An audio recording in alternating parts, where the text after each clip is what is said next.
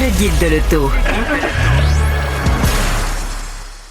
Hugues, aujourd'hui, tu nous parles d'une Ford Mustang compacte qui est arrivée dans un contexte où est-ce que le gaz coûtait cher également. Un véhicule qui n'a pas fait l'unanimité, là. Pas facile de passer derrière une icône, symbole de toute une époque. Quoi que vous fassiez, vous allez être mal aimé. Mais la Mustang 2 était-elle une si mauvaise voiture que ça? On veut parler d'un individu assez important à cette époque-là, puis qui est le parrain de la Mustang. Oui, il s'agit de Lee Iacocca. Avec les membres de l'informel comité Fairlane, nom du restaurant où ils se réunissaient, c'est en observant les tendances démographiques qu'il établit les paramètres de base de la Mustang fin 1961. 8 ans plus tard, l'histoire se répète. Les véhicules importés ne représentent alors qu'un faible pourcentage du marché, mais le mouvement s'accélère. Et il y a un autre facteur. Iacocca n'aime pas ce qu'est en train de devenir la Mustang. Voici ce qu'il explique dans son autobiographie de 1984. Quelques années après son introduction, la Mustang n'était plus le cheval élégant du début.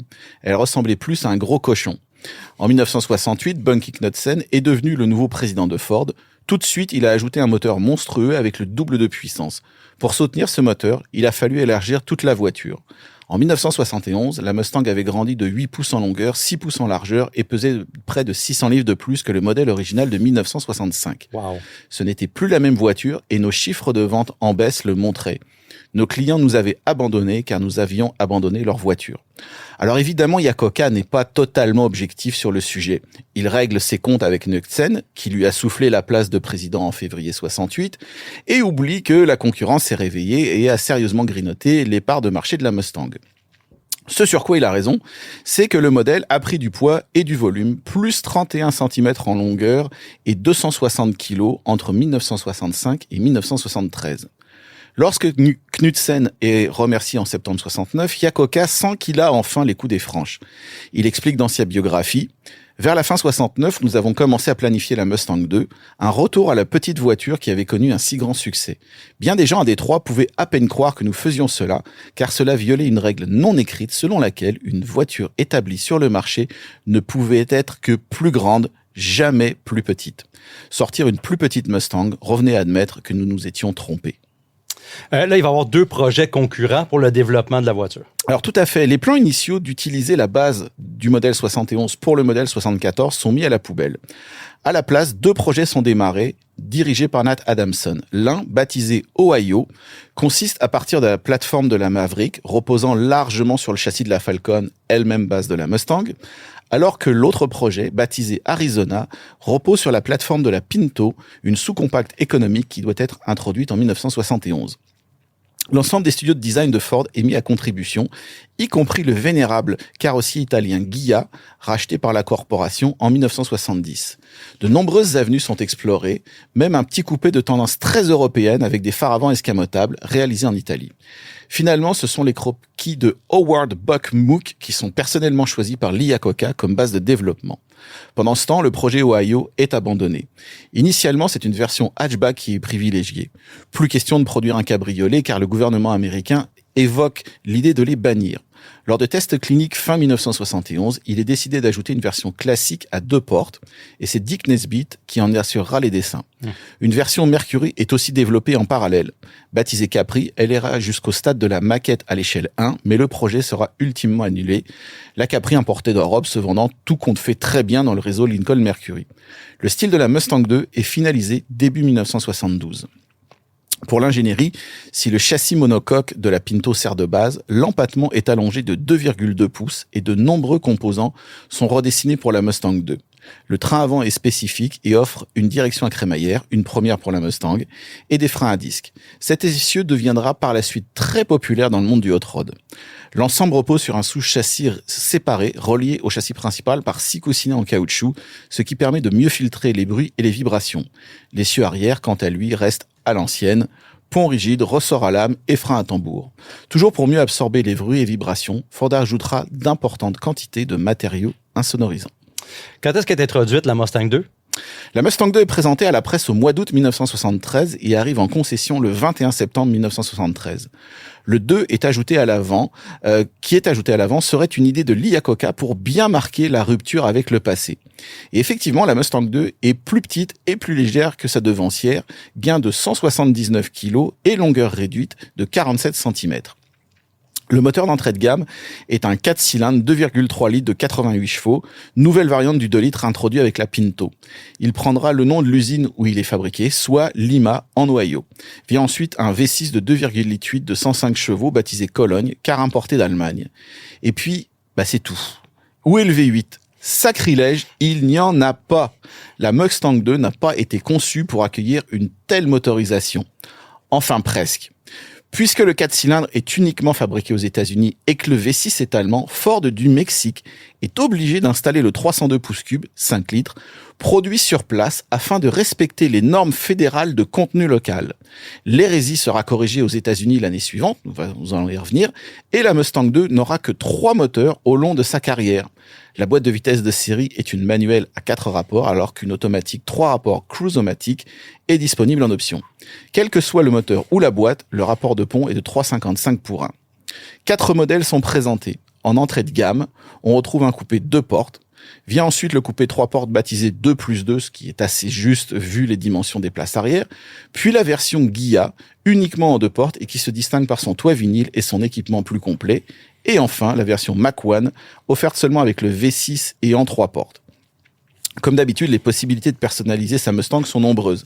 Climatisation, vide teinté, console centrale, intérieur de luxe, roues en aluminium, freins et direction assistée, dégivrage arrière, différentiel auto-blanquant, suspension renforcée, etc. 14 couleurs sont disponibles au lancement, dont 3 métallisées en option.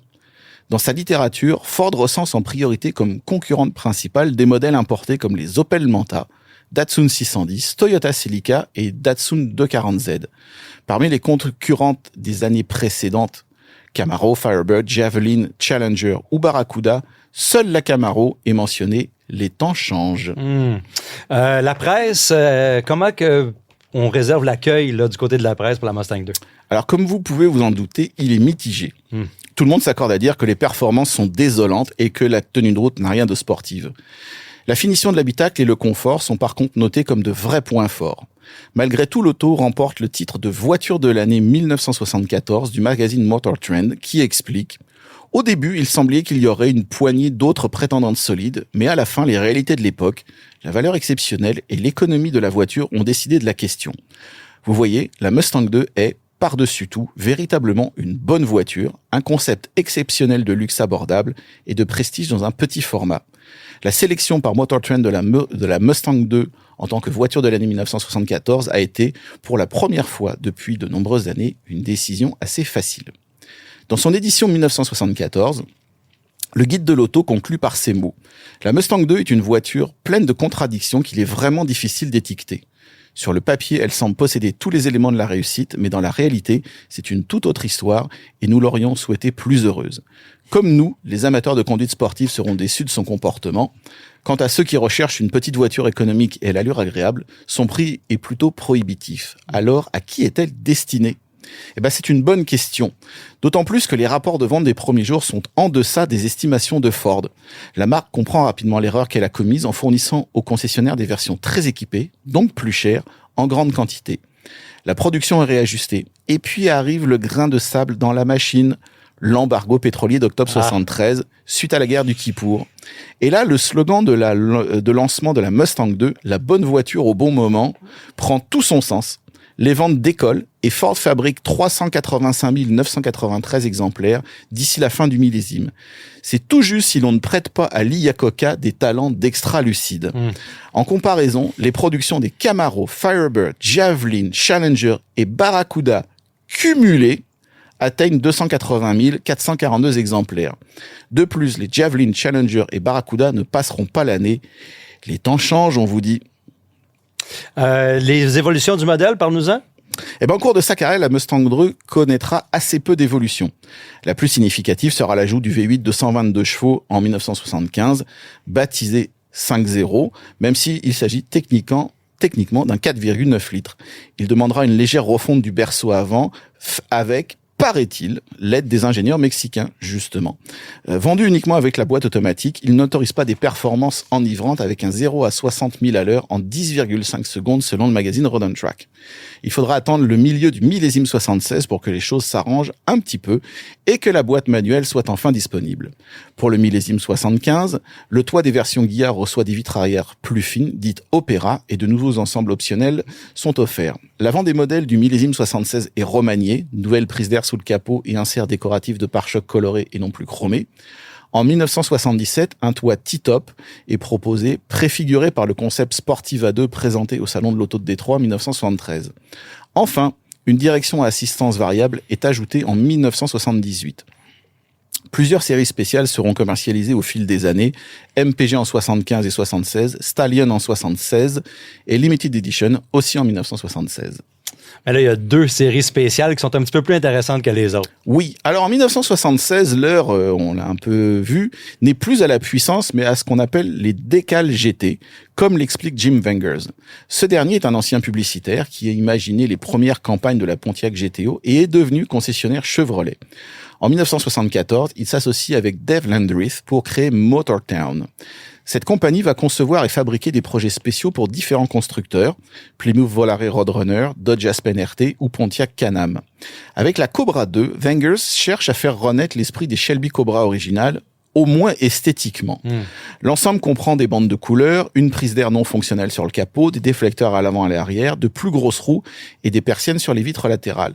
Chez Ford, personne n'y croit et il faudra l'implication personnelle d'Edsel Ford II, fils aîné d'Henry Ford II, le grand patron, pour que le projet aille de l'avant. Ford pense en écouler à peine 5000 exemplaires, mais se trompe au final d'un facteur 5 et en vendra près de 25 000 durant le millésime 76, peut-être en partie grâce au placement produit dans Drôle de Dame avec Farrah Fawcett à son volant. Ford brise son contrat avec Motortown et rapatrie la production des Cobra 2 sur ses chaînes pour 1977. Au début uniquement proposées en blanc à bande bleue, les Cobra 2 seront offertes en noir à bande or en cours d'année, en souvenir des Shelby GT350H. Pour 1977, 4 couleurs seront disponibles et le style des bandes décoratives est revu en milieu d'année. Ford crée au millésime 78 l'ultime Mustang 2 avec la King Cobra.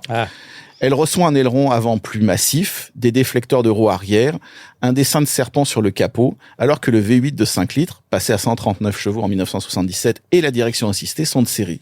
L'ensemble demande $1,253 US contre 677 pour une Cobra 2, limitant sa production à 4318 exemplaires. En somme, est-ce que les ventes de la Mustang 2 ont été bonnes? Après le bon départ de 1974, les ventes baissent, mais restent au-dessus de celles des années 1971-73. Au total, la Mustang 2 a été produite à 1 107 718 exemplaires sur 5 millésimes. Peu performante, moins excitante que ses prédécesseurs, la Mustang 2 n'est pas aimée des amateurs. C'est certain, c'est normal. Pourtant, en s'adaptant aux évolutions rapides du marché dans les années 70, elle s'est bien vendue et a dégagé des profits pour Ford. La compagnie a pu alors investir dans les Fox Body de 1979 et maintenir la lignée Mustang jusqu'à aujourd'hui, contrairement à d'autres marques. Un petit mal pour un grand bien en quelque sorte. Wow. Ben, merci beaucoup, Hugues, pour ce rappel de l'existence de la Mustang 2 qu'on oublie parfois trop souvent.